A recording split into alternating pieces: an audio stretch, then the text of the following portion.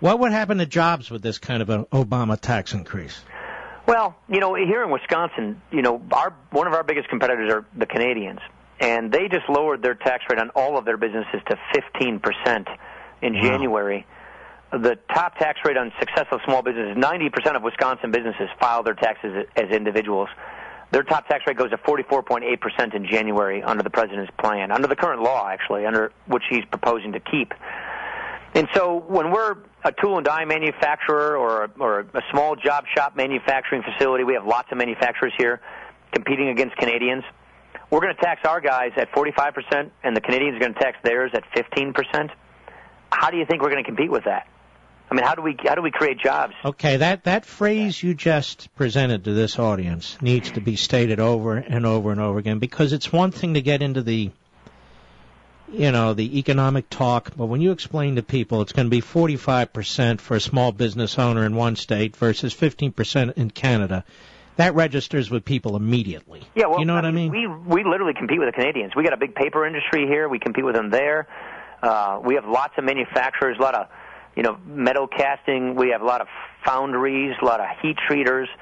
They all compete with Canadians, and there's no way we can compete with them lowering their tax in January to 15 and us raising ours to about 45.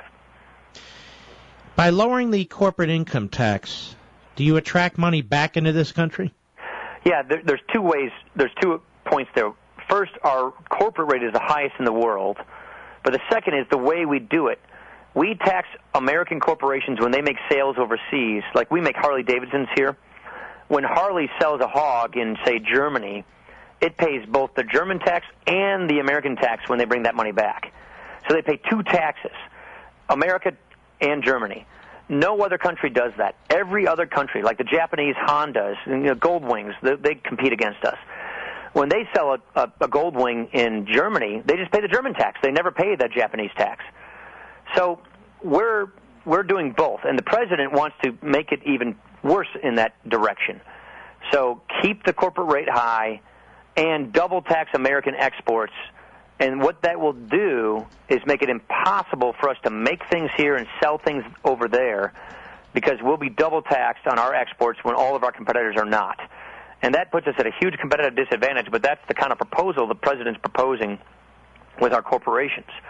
And so, you got to remember 95% of the world's population doesn't live in this country. They're in other countries. And if we want to have a good economy and high living standards, we got to make stuff and sell it overseas. And we got to make sure that we don't tax our businesses a lot more than our foreign competitors tax theirs, let alone tax them twice when they're only taxed once. Now, let me just say this because we're running out of time. You need to sit down with your good new friend, Mitt Romney, and you need to explain to him how to talk about these things in very thoughtful but concise sound bites, okay? I'm serious about this. Yeah, I mean, what you're talking about here is protecting hardworking Americans from unfair competition created by our government. That's exactly In other right. words, it's not unfair competition from Germany like they like to talk about, or Canada, or this one or the other. We are holding back the people who work in this country, who work on assembly lines, and farmers and all the rest.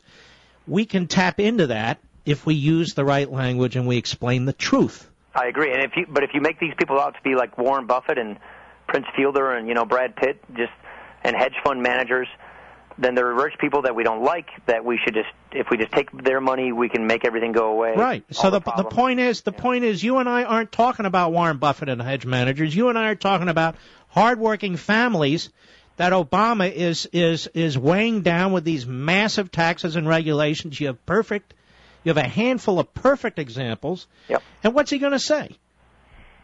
I'm sure hard to he'll come answer up with something. No, but he'll come up with something. He can keep. I have the Warren Buffett rule. Well, you know what I have? I have the Middle America rule. That's right. And the Middle America rule is that while the Canadians are paying 15%, our guys are going to be paying 45% under you. That's hardly a fair playing field, Mr. President. You can do it, but you got to teach your friend to do it. Okay? Okay. You're going to come back, aren't you? You're not mad at me or anything, are you? No, not at all. Not at all. Hey, all right, I read your book 2 weeks ago. I thought it was awesome. It was a great book. You like the Meritopia, huh? I really do. You and I, if you want to talk about Romney, we spent our adult lives reading the Enlightenment, reading, Locke and Smith and the Austrians, and reading, Rousseau and the losers, Voltaire, all the, Hobbes and all that stuff. I mean, we've spent a lot of our lives reading that. Mitt Romney didn't spend his adult life doing that. He spent his adult life building businesses. He spent his adult life being successful, turning businesses around. All right, I'm going to give you your 30 seconds. Go ahead. Inculcating, conservative ideals. So he's like a lot of guys I work with in Congress who come from business. They're conservative people, like my friend Red Ribble, the roofing contractor in Green Bay, but he didn't spend all his life, reading conservative philosophy and thought. But he has those same ideals and principles. All right, we're gonna have to go. Neither did my dad, but he can still speak in ways that people will understand and be attracted to. You know what I mean? I know what you mean. All right, Congressman, go get him, and God bless you. Keep up the fight. We're behind you, okay? Take it easy, great one. You too. Ladies and gentlemen, we'll be right back. Mark Levin.